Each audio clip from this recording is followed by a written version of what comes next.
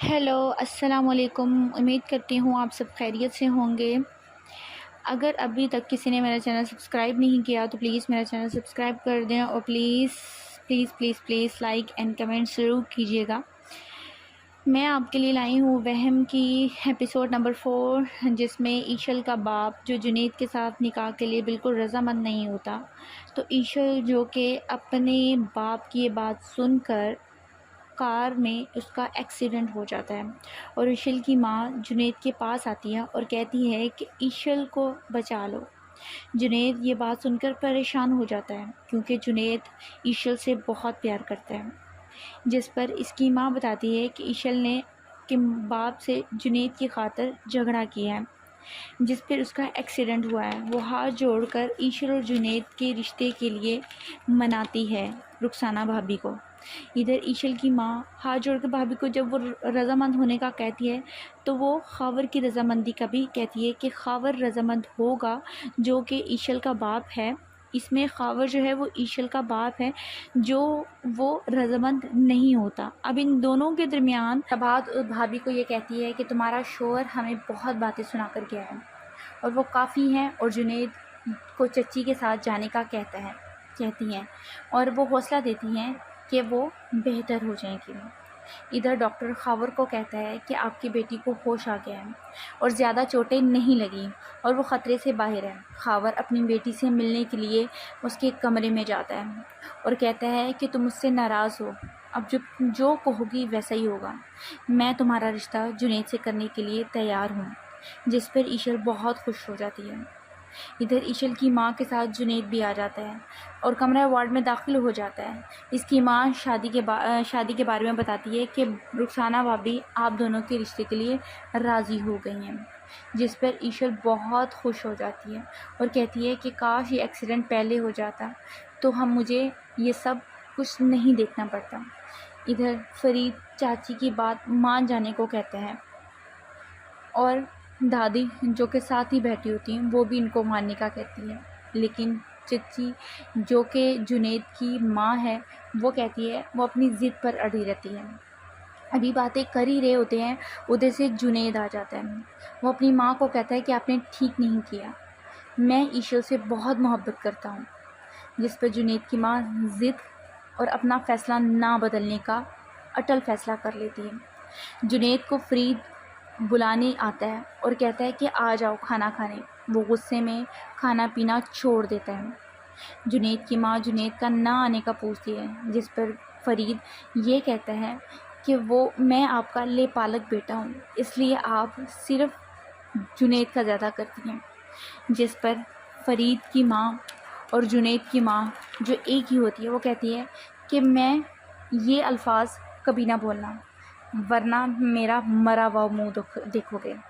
फरीद अपनी माँ से माफ़ी मांगता है और कहता है कि मैं ये सब नहीं कहूँगा, ये मैं सब इसलिए कह रहा था कि आप सुबह से भूखी थी। इधर ईशल हॉस्पिटल से घर वापस आ जाती है और उसकी माँ इसे कहती है कि मैं तुम्हें अब कार चलाने नहीं दूँगी। ईशल कहती है, मैं कार चलाऊँगी भी नहीं, क्योंकि जुनैद के पास कार नहीं है, मैं बाइक पे जाऊँगी आपके घर। उसकी माँ जो कि उसकी खुशियों को देखने के लिए झूठ बोल रही होती है, वो ईशल को झूठे दिलासे देती है। ईशल जो अपनी होने वाली सास के ना आने का पूछती है, कि कहती है कि मेरी ताई क्यों नहीं आई। उसके पर इस माँ झूठ बोल देती है, उसे हर बात पर झूठ बोलना पड़ रहा होता है। वो कहती है कि घर आ जाएगी और ईशल अपनी माँ की उदासी की वजह पूछती है। उसकी माँ कहती है कि तुम फिक्रमंद नहीं हो, मैं तुम्हारे साथ हूँ। ईशल जुनैद को कॉल करती है और जुनैद को कहती है कि तुम आ जाओ। ईशल अपने डिस्चार्ज होने का बताती है। इधर जुनैद कॉल पर बात कर रहा होता है और पीछे जुनैद की माँ सब सुन लेती है, जिस पर ईशल अपनी शादी हो जाने पर खुश तो होती है।